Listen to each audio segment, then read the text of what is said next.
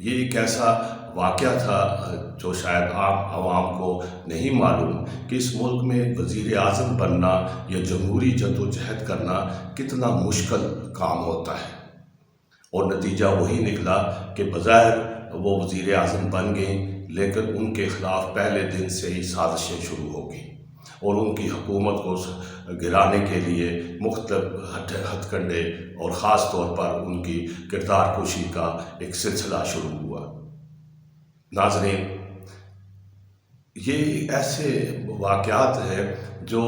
میں سمجھتا ہوں کہ عوام کے سامنے آنے چاہیے کہ منتخب لوگ کیا ہوتے ہیں، ڈکٹیٹرشپ کیا ہوتی ہے، شہری آزادیاں کیا ہوتی ہیں۔ اور جب بینظیر بھٹو نے اقتدار میں آتے ہی، اگرچہ وہ ایک بندھا ہوا ایک جکڑا ہوا اقتدار تھا، لیکن اس کے باوجود انہوں نے جب عوامی فیصلے کرنے شروع کیے تو ان کے خلاف سازشیں بھی تیز تر ہو گئیں، اور پھر 89 میں ہی ابھی ان کو وزیر اعظم بنے ہوئے سال بھی پورا نہیں ہوا تھا کہ ان کے خلاف تحریک عدم اعتماد لائی گئی، اور جس کے سرخیل اس وقت غلام مصطفیٰ جتوئی بنے تھے، جو ذوالفقار علی بھٹو کے بہت قریبی ساتھی تھے۔ وہ تحریک عدم اعتماد کی کہانی بھی کسی وقت میں آپ کو سناؤں گا کہ کس طرح اراکین اسمبلی کو پکڑ کر کہاں سے اور چھانگا مانگا سے لے کر مری کے ریسٹ ہاؤسز میں لے جا کر ان کو قید کیا گیا، ان کو لالچیں دی گئی، ان کو کیا ایک بہت بھیانک کہانی ہے وہ۔ لیکن وہ جو تحریک عدم اعتماد تھی وہ ناکام ہوئی، اور بینظیر بھٹو اس مرحلے سے، اس امتحان سے بچ نکلی۔ لیکن ظاہر ہے کہ جو اس وقت جنرل اسلم بیگ تھے اور خاص طور پر صدر غلام اسحاق خان، ان کو بطور وزیر اعظم قبول کرنے کو قطعاً تیار نہیں تھے۔ نتیجہ یہ نکلا کہ ان پر کرپشن کے الزام لگے، اور اس کا اتنی تواتر کے ساتھ تشہیر کی گئی، اور ان کی حکومت کو بدنام کر کے بالآخر 1990 میں حکومت ختم کر دی گئی، اور صدر غلام اسحاق خان نے 8ویں ترمیم کا سہارا لیتے ہوئے حکومت اور اسمبلیاں ختم کر کے نئے انتخابات کا اعلان کر دیا۔ ناظرین، وہ حکومت، وہ جمہوری حکومت صرف محض 18 ماہ چل سکی، حالانکہ اس کا مینڈیٹ 5 سال کے لیے تھا، لیکن ظاہر ہے جس ماحول میں جو پاکستان کی سیاست میں ہم نے کانٹے بوئے ہیں، وہاں جمہوریت زیادہ دیر پنپ نہیں سکتی۔ نتیجہ جس کا آج یہ ہے کہ آج بھی 2020 میں 2020 میں بھی ہم جمہوریت اور سیاستدانوں کو کٹہرے میں دیکھتے ہیں۔ آج 2 دسمبر ہے، آج ایک سابق وزیر اعظم نواز شریف کو اشتہاری قرار دیا گیا ہے، جو لندن میں مفرور کی حیثیت سے زندگی گزار رہے ہیں۔ ایک اور وزیر اعظم میر ظفر اللہ خان جمالی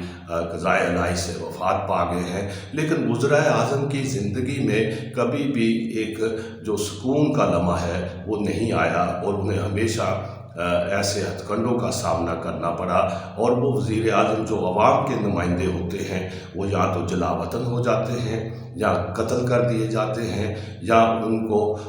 ایک ایسے انداز میں بدنام کر دیا جاتا ہے، ان کی اتنی کردار کشی ہوتی ہے کہ سیاست جو ہے گالی بن کے رہ جاتی ہے۔ آج بھی بالکل وہی ماحول ہے، اور ناظرین، 2 دسمبر ایوان صدر میں جب انہوں نے حلف اٹھایا تھا، وہاں وہ ایک تاریخی لمحہ تھا،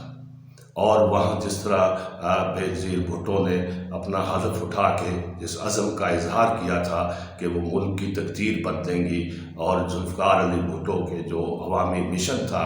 یا غریب کسان محنت کشوں کی زندگی میں تبدیلی لانی تھی، اس کے لیے وہ کام کرے گی، لیکن ظاہر ہے کہ یہ ایجنڈا کسی کو قبول نہیں تھا، اور یہ بڑی دردناک انجام ہے ان کا۔ وہ دوسری بار بھی وزیر اعظم بنی، لیکن 27 دسمبر کو اسی مہینے میں انہیں لیاقت باغ کے باغ کے عوام کے درمیان شہید کر دیا گیا۔ چونکہ آج 2 دسمبر ہے، 2 دسمبر کو انہوں نے وزیر اعظم کی حیثیت سے حلف اٹھایا تھا۔ یہ تاریخ کا ایک ورق ہے، جو سنہرا ورق ہے، جو آپ تک پہنچانا تھا۔ ناظرین،